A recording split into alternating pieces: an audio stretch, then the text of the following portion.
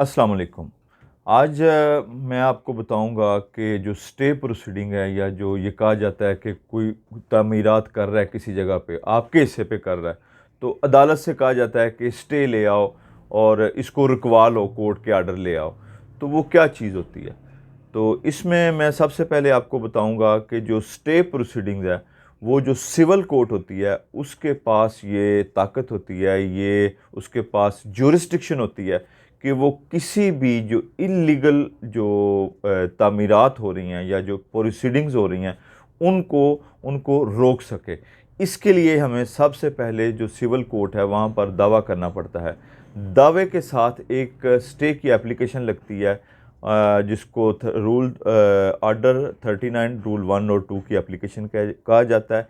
इस एप्लीकेशन के ज़रिए जो है वो अदालत जो है, मजाज अदालत है, वो उस शख्स को या अगर वो इदारा है तो उसको हुक्म जारी कर देगी कि अगली तारीख तक आपने इस पे कोई तामीरात नहीं करनी और मामला जैसे हैं वैसे के वैसे रहने देने हैं। और इसको स्टे प्रोसीडिंग्स कहा जाता है।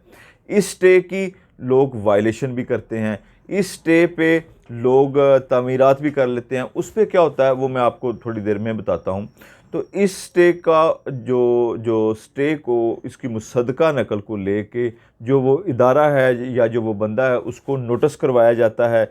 अगर कोई इदारा है जैसे एडीएल आ रहा है, रेवेन्यू का इदारा है या कोई भी इदारा है, कोई प्लॉट का मैटर है, तो आपने स्टे लिया है कि ये मेरा प्लॉट है, ये मेरा मकान है, ये मेरा फैक्ट्री है, ये मेरा ऑफिस है, इसको आगे ना दूसरा बंदा फर्दर बेच सके।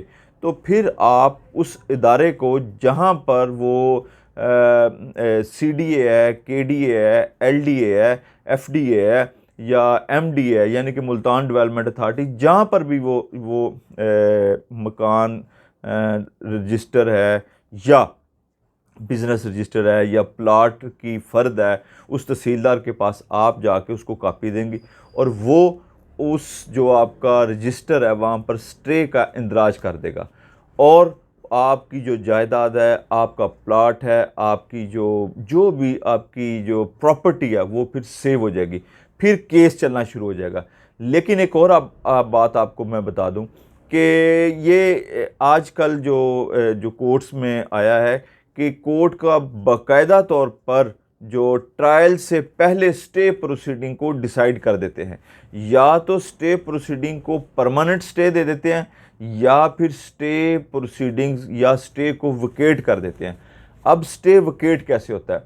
फॉर एग्ज़ाम्पल, अगर आपका जो केस है वो मजबूत नहीं है, आपके पास डॉक्यूमेंटेशन मुकम्मल और अथेंटिक डॉक्यूमेंटेशन जो है वो नहीं है और आपके पास अल्टरनेटिव रेमेडी है या आप कोई और आप रेमेडी यूज़ कर सकते हैं या आपको आपको कोई ऐसा नुकसान नहीं हो रहा जो बहुत ज़्यादा हो या आपका जो नुकसान है वो रुपए पैसे में मैयर किया जा सकता है, तो फिर जो है अदालत सिविल कोर्ट वो आपको स्टे नहीं देगी बल्कि दोनों पार्टियों को सुनेगी। ये कोर्ट का प्रेरोगेटिव है कि दूसरी पार्टी को लाजमी सुनेगी और दूसरी पार्टी को सुनने के बाद फिर अदालत या तो स्टे को कंफर्म कर देगी, यानी कि वो दावे के मुकम्मल होने तक उसमें जो जिरा होगी, उसमें जो एग्ज़ामिनेशन होगा, एग्ज़ामिनेशन इन चीफ होगा, जिरा होगी,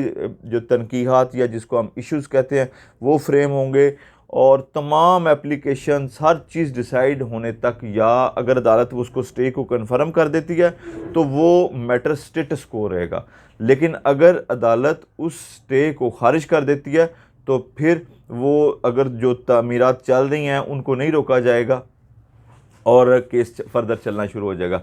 अब इसके ख़िलाफ़ क्या रेमेडीज़ है? इसके ख़िलाफ़ आप अपील में जा सकते हैं सेशन कोर्ट में, और अगर आपकी जो अपील में भी फिर जो सेशन कोर्ट है वो इस पे जो है वो स्टे जारी कर देती है, फिर उस पर फर्दर बहस होती है, दोनों पार्टीज़ को सुना जाता है। यहाँ पर एक अहम बात आपको बताता चलूँ कि जिस मैटर में सरकारी जो महकमा जात हैं जैसे LDA है, जैसे कोई और महकमा है, जैसे कोई रेवेन्यू का डिपार्टमेंट है या और कोई डीसी ऑफिस है, कोई पटवारी है, वो इन्वॉल्व होगा, कोई सुई गैस का महकमा, कोई बिजली का महकमा, तो उसमें कोर्ट जो है वो यकतरफा स्टे कभी भी नहीं देगी। उसके लिए मिनिमम 2 से 3 रोज़ का कोर्ट उसको नोटिस करेगी।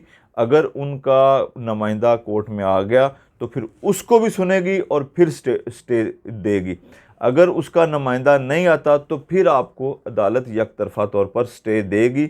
और एक और बात बता दूं कि हाई कोर्ट ने ये कहा है कि जो फाइनेंशियल मैटर्स होते हैं उसमें 6 माह से ज़्यादा अमूमी तौर पर कोर्ट्स जो हैं वो स्टे नहीं देती, क्योंकि फिर और रिकवरी के मैटर पे, टैक्स के मैटर पे, उस पे फिर अगर वो एक्स्ट्रा देती हैं तो फिर कोर्ट्स जो है वो रीज़न्स लिखती हैं कि भी इसमें आपने इतना प्रोलॉन्ग जो है वो स्टे क्यों दिया है।